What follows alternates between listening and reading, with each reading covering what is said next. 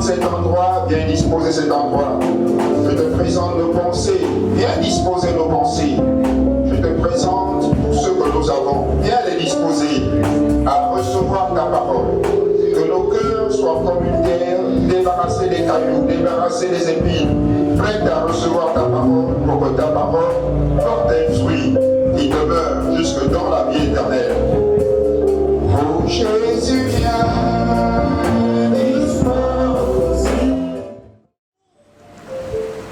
Le but principal du Saint-Esprit, et je voudrais dévoiler déjà ici ce but, ce dont je voudrais parler, le but principal du Saint-Esprit, faire de moi un témoin puissant de l'Évangile. Dites avec moi, faire de moi un témoin puissant de l'Évangile. Alléluia. Amen. Faire de moi un témoin puissant de l'Évangile. Alléluia. C'est le but principal du Saint-Esprit. Faire de moi un témoin puissant de l'Évangile. Dieu ne baptise pas les hommes du Saint-Esprit pour que ces gens et ces femmes construisent les plus grandes églises qui puissent exister. Parce qu'on n'a pas besoin du Saint-Esprit pour construire la plus grande église du monde. Est-ce que je peux entendre l'amen?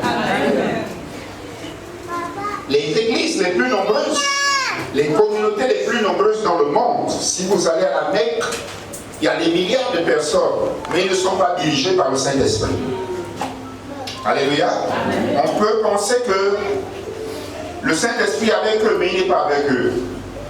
Si vous allez à Rome, il n'y a même pas de place pour accueillir les gens.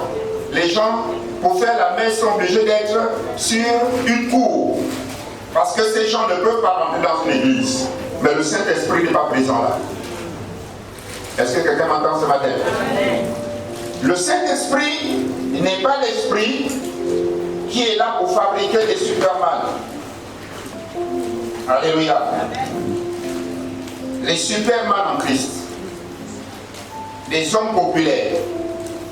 Ce n'est pas le but du Saint-Esprit. Le but du Saint-Esprit est de faire de moi quoi? Un témoin puissant de l'Évangile. Alléluia.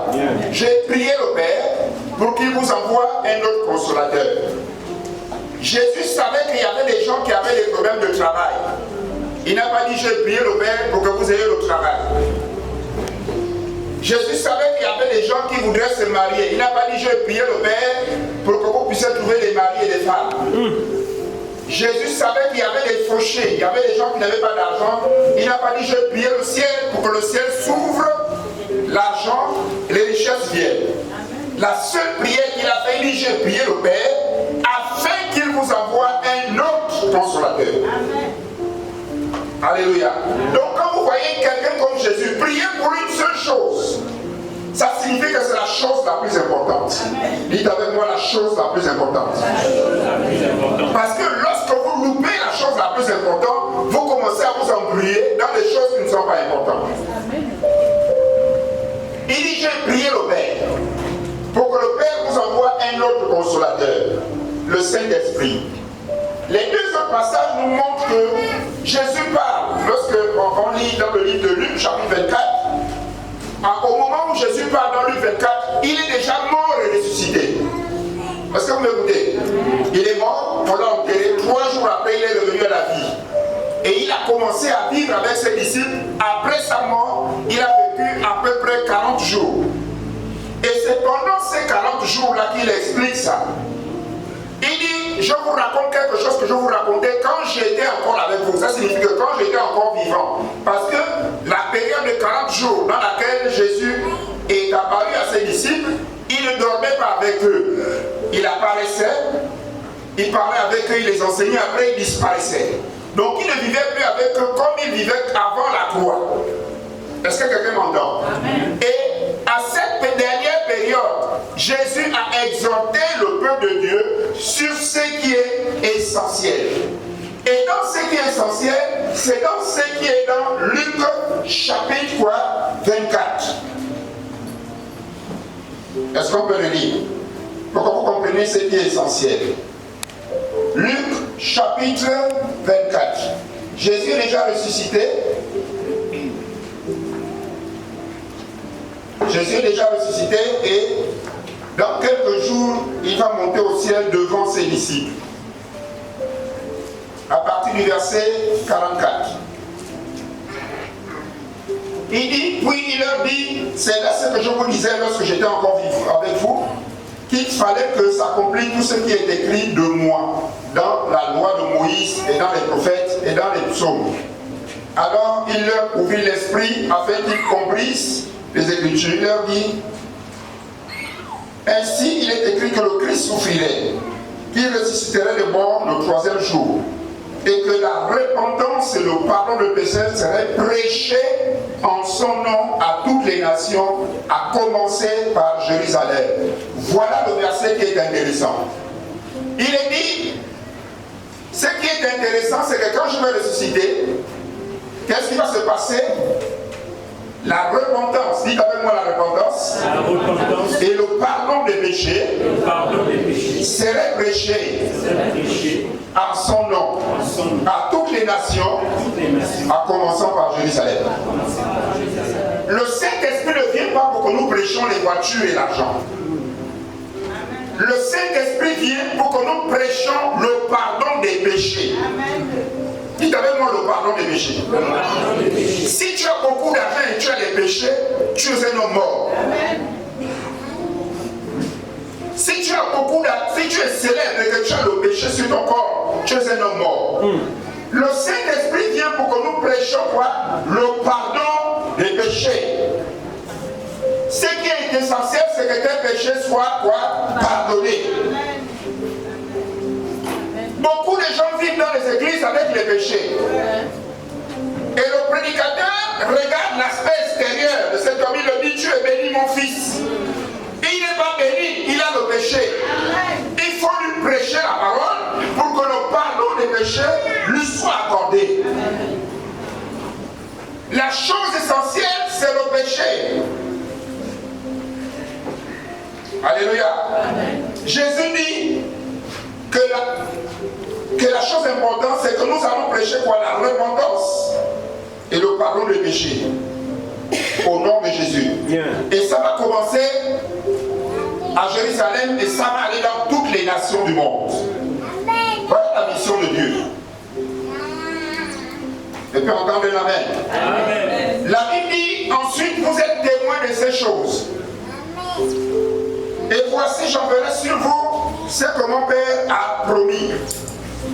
J'enverrai sur vous ce que mon Père a promis. Dites avec moi, Dieu n'est pas un menteur.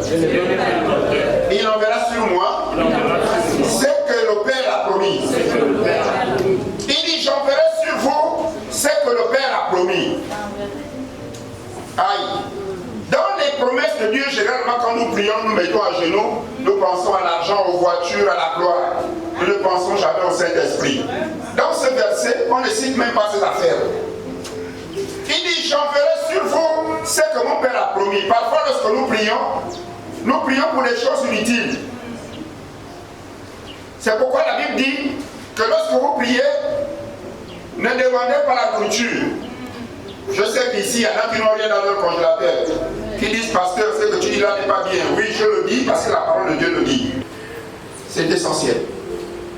Ne courez pas, vous ne faites la concurrence avec personne.